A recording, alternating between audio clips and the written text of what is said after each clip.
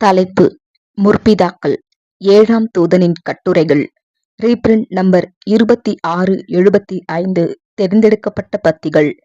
பக்கம் 103.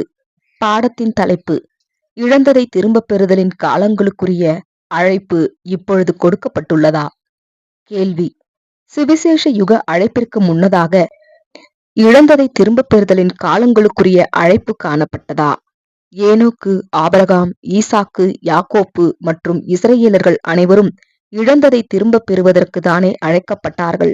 இது ஒருவேளை உண்மையாக இருக்குமானால் சுவிசேஷ யுக அழைப்பானது இப்போதைக்கு ஒரு துணை அழைப்பாக மட்டும் காணப்படுகின்றதா?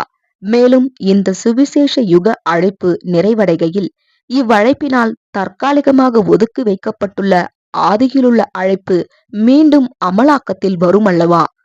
பதில்: இல்லை. முற்பிதாக்களில் யாரும் இழந்ததை திரும்பப் பெறும்படியாக அழைக்கப்படவில்லை.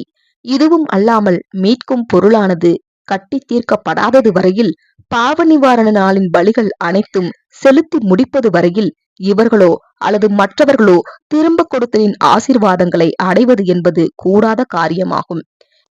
மீட்கும் பொருள் இல்லாமலேயே இழந்ததை திரும்பப் பெறும் காரியம் சாத்தியமாகுமானால், அப்போது கிறிஸ்து மனுக்குலத்தின் உலகத்தை பொறுத்தமட்டில் விருதாவாகவே மரித்தார் என்பதாகிவிடும்.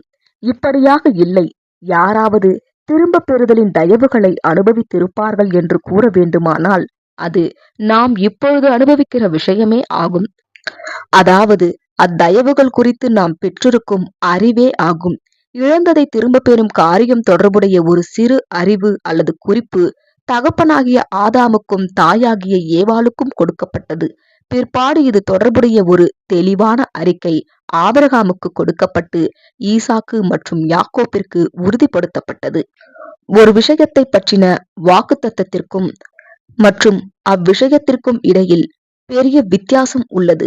ஒருவேளை இழந்ததை திரும்பப் பெறுவதற்குரிய அழைப்பானது உண்மையாகவே கடந்து வந்திருக்குமானால், அதற்கு சரியாய் செவி கொடுக்கும் யார் ஒருவரும் பரிபூரணத்திற்கும் நித்திய ஜீவனுக்கும் சீர்பொருத்தப்பட்டிருப்பார்கள்.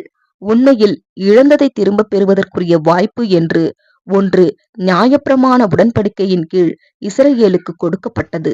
அதாவது அவர்கள் தங்கள் நியாயப்பிரமாண உடன்படிக்கையினை மீறாமல் அதை காத்து கொண்டு நடப்பார்களானால் அவர்கள் பரிபூர்ண நிலைமைக்கும் மற்றும் ஜீவனுக்கும் திரும்பலாம் என்ற வாய்ப்பு கொடுக்கப்பட்டது. ஆனால் நாம் பார்த்திருக்கின்றது போல நியாயப்பிரமாணத்தை கைக்கொள்வது என்பது கூடாத காரியமாகும். ஆகையால் இவ்வுடன்படிக்கையின் கீழ் இழந்ததை திரும்பப் பெறுவதும் சாத்தியமற்ற காரியமாகவே காணப்பட்டது. முற்பிதாக்களுடைய விசேஷம் என்னவென்றால், இவர்கள் நித்திய ஜீவனை பெற்றுக்கொள்ளுவதற்குரிய எந்த அழைப்பையும் கொடுக்கப்படுவதற்கு முன்பு வாழ்ந்திருந்த போதிலும், இவர்கள் தேவனுடைய கிருபையான நோக்கங்கள் பற்றின குறிப்புகளை மாத்திரமே அறிந்திருந்த போதிலும், அவ்வாக்குத்தத்தங்கள் விஷயத்தில் மிக பெரிய விசுவாசத்தை வைத்தவர்களாய் இருந்தார்கள். தேவனை பிரியப்படுத்துவதற்குரிய தங்களது பிரயாசங்களில் அதிகம் சகித்தவர்களானார்கள்.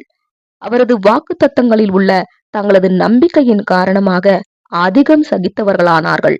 அப்போஸ்தலனாகிய பவுலின் பதிலை வைத்து பார்க்கையில், இவர்களில் சிலர் ஒருவேளை இந்த சுவிசேஷ யுகத்தில் வாழ்ந்திருப்பார்களானால் இவர்களை ஜெயம் கொண்டவர்களாகவும் ராஜ்யத்தில் கிறிஸ்துவோடு உடன் சுதந்திரர்களாகவும் மாற்றும் அத்தகைய அனுபவங்களை உடையவர்களாய் சகித்துள்ளார்கள். இவர்கள் இந்த பரம அழைப்பு அல்லது வேறு ஏதேனும் அழைப்பு கொடுக்கப்படுவதற்கு முன்னதாக ஜீவித்துள்ளபடியினாலும், இவர்கள் வீரமாயும் உண்மையாயும் பாடு அனுபவித்து சகித்திருக்கின்றபடியினாலும், இவர்களுக்கு ஒரு மேன்மையான உயிர்த்தெழுதல், அதாவது உலகத்தை பார்க்கிலும் மிகவும் ஓர் அனுகூலமான உயிர்த்தெழுதல் வாக்களிக்கப்பட்டிருக்கிறது. எனினும் அது சபைக்கு காணப்படுவது போன்று மிகவும் வியத்தகு உயிர்த்தெழுதலாய் இருப்பதில்லை. அப்போஸ்தலன் சுட்டிக்காட்டுவது போன்று அவர்களுக்கு கொடுக்கப்படுவதை காட்டிலும் தேவன் விசேஷித்த சிலவற்றை நமக்கு வாக்களித்துள்ளார். அவர்கள் நம்மை அல்லாமல் பூரணர் ஆகாதபடிக்கு விசேஷித்த நன்மையானதொன்றை தேவன் நமக்கென்று முன்னதாக நியமித்திருந்தார். எபிரேயர் 11ஆம் அதிகாரம் 40ஆம் வசனம். அர்ப்பணிக்கப்பட்ட சுவிசேஷ யுக சபை தவிர்த்து மீதமுள்ள மனுக்குலத்தாரை காட்டிலும் இவர்களுடைய உயிர்த்தெழுதல் மேன்மையான ஒன்றாக காணப்படும். இவர்கள் உடனடியாகவே பூரணத்திற்கு உயிர்த்தெழுவார்கள். ஆனால் உலகத்தினுடைய உயிர்த்தெழுதலோ படிப்படியான ஒன்றாகவும் பயிற்சிகள் மற்றும் பரீட்சைகளோடு உள்ள ஒன்றாகவும் காணப்படும். இது நமது கர்த்தரினால் நியாய தீர்ப்புக்கு ஏதுவான உயிர்த்தெழுதல் என்று அழைக்கப்பட்டது. ஏதேனில் பறிமுதல் செய்யப்பட்டு இழந்து போகப்பட்ட அனைத்திற்கும் கீழ்ப்படிதல் உள்ளவர்களும் விருப்பம் உள்ளவர்களும் 1000 வருட யுகம் முழுவதும் படிப்படியாக எழுந்து வருவார்கள். ஆமேன்.